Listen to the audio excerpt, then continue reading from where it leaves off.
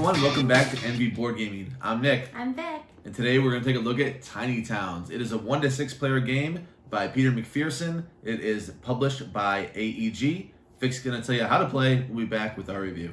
All right, we are set up here for a 3-player game of Tiny Towns.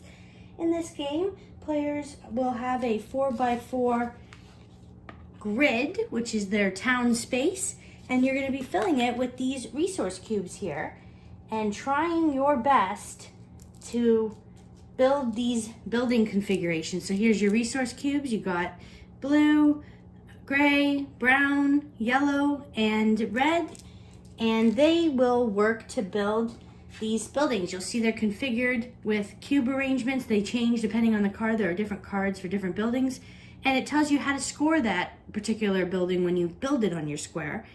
And when you have arranged these arrangements in the way that they're shown on your board here, you have to replace one of those 3 spaces with the building that corresponds with the thing you've built. So that's what's interesting about this is you can't just place it anywhere you want on your tile. You have to place it where you've put it.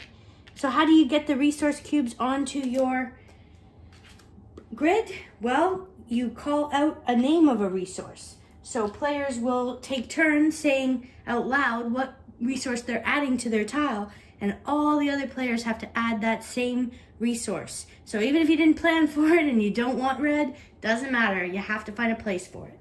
One thing to note as well is that players will start with 2 of these Tiny Town special building cards, and they will get to draft between them and pick one that they want to go for. This is a special unique building that only that player will get to use, and it gives them a special scoring condition. So this one, for instance, is 2 VP for each unique adjacent building type. Buildings can't be moved or destroyed. Once they're on your square, that's it. And there are some interesting adjacency rules for certain buildings. So for instance, this Abbey, in this particular case, you get 3 VP if it's not adjacent to a factory, a tavern, or a theater. So you have to think about that when you're placing down your cubes of how you want to arrange your city. Finally, at the end of the game, once players have filled up their entire grid, and some players might finish before other players depending on how well you did at building your town, you'll get to score with this handy score sheet. And you can take account of all of the scoring conditions that are at the bottom of the card, add up all your points, and subtract 1 victory point for every empty square you have. So if you weren't able to complete a building, you'll lose 1 victory point for that. And whoever has the most points will win the game. And that's how you play. Hey, welcome back for our review of Tiny Towns. There is at least one expansion out for this. I have not tried that. We're just judging the base game as it is. And for that, I am going to give it a 7-9. It is a light game. I recommend it for entry-level players. There is some criticisms I have. Maybe it doesn't scale well. But our friends at Better Half Reviews did point out there is a variant online that was shared that you can play with 2 players better than you would normally by using these dummy decks. I just thought those were for solo plays, but as soon as we added those, our 2-player games were much, much better. So the score went up. When I first played this at 2 players, it went to the sell pile right away. I was not planning on playing it again. We played it again with 4, and we liked it. We liked it a lot more at 4.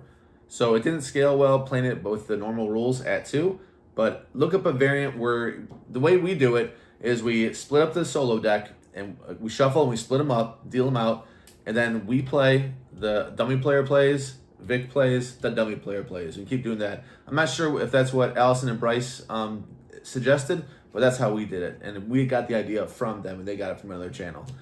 If you don't know who they are, we actually did a top 10, so we'll link to that at the end of the video. We did a top 10 with those guys, so we're great friends with those 2. We'll also link to their channel below.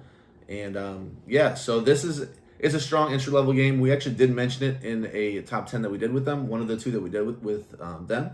So for what it is, that I approve. It's not a buy straight away. It is definitely a try because, like I said, I didn't really fall in love with it right away, especially at 2. Well, I gave a similar score. I gave it a 7.6. So just almost what Nick gave it.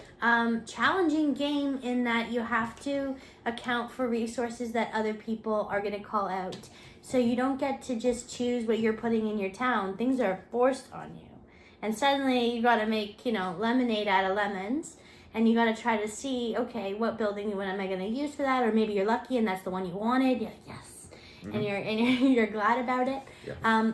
Component quality is strong. It's not like amazing, but the little pieces are nice color. It's a colorful game on your table. It catches people's attention. And the fact that the buildings change, they're not, they're card driven, so it's not always the same cottage scoring the same way and the tavern scores the same. And I like the purple special building, that character that you can get. Sometimes it's real great. Sometimes it's a lot of fun and it's a good one that you like to play with.